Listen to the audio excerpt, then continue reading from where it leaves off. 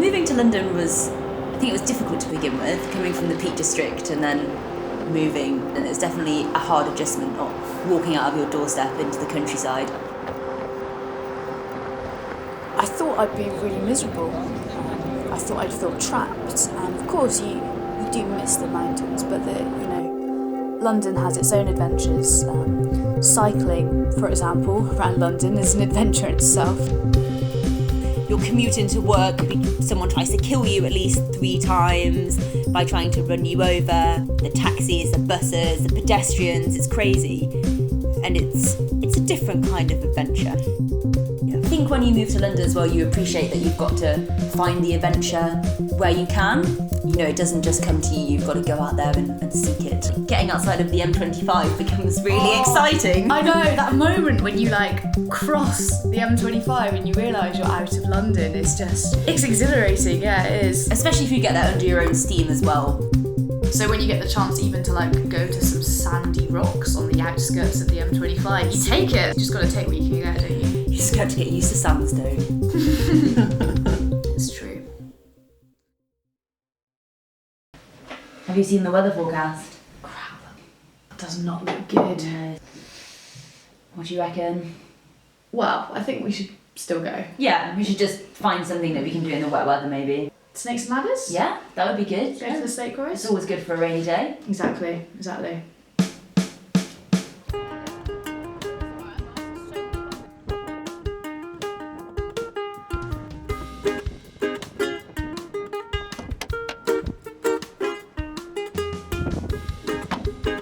I think the slate quarries in particular is one of our favourite places. Yeah, we've been there a lot. I think we've had a lot of adventures there, and it's always something different. Even though it's the same place, you never know what's going to happen when you go there.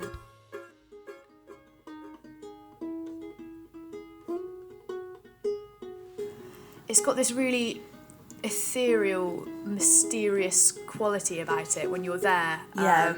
Everything's abandoned, everything's wasteland. No one's been there for years. You could be at the end of the world. You could be the only people left in existence because you hardly ever see anyone when you're there, and it's just barren. It could be another planet, couldn't it? It could be another planet, yeah. It's yeah. Could be the underworld.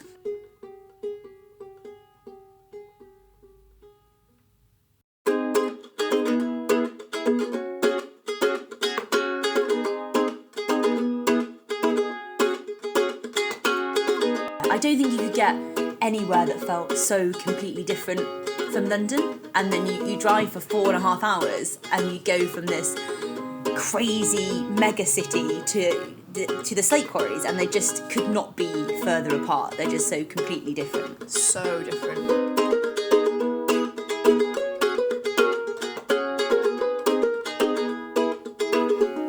They call it snakes and ladders for a reason. It really is just a bunch of rusty old ladders propped up against the crumbling slate.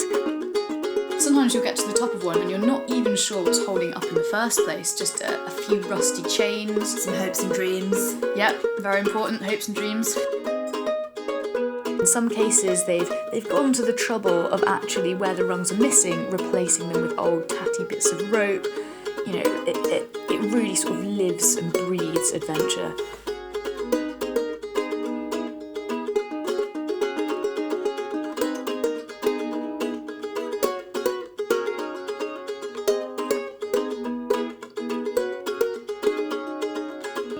Whilst all those thoughts are going around your head, Lucy will go up something first and I'll watch her go, and she'll step over some big chasm between 2 ladders, and I'm thinking to myself, oh God, I've got to go up that next.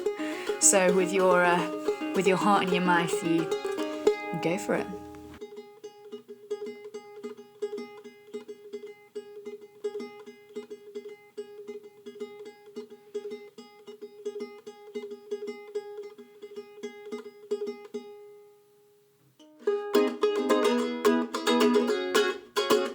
The whole experience just feels great, maybe we're not going out doing first ascents or climbing ridiculously hard routes, but we've learned something very important, that just because you live in London doesn't mean you have to lose your sense of adventure. It just means you have to put in a little bit of effort, and it is so worth it.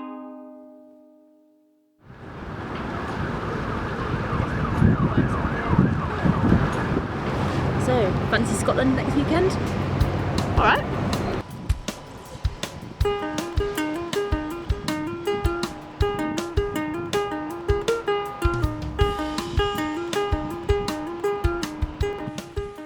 Oh, I've got the lens cap on.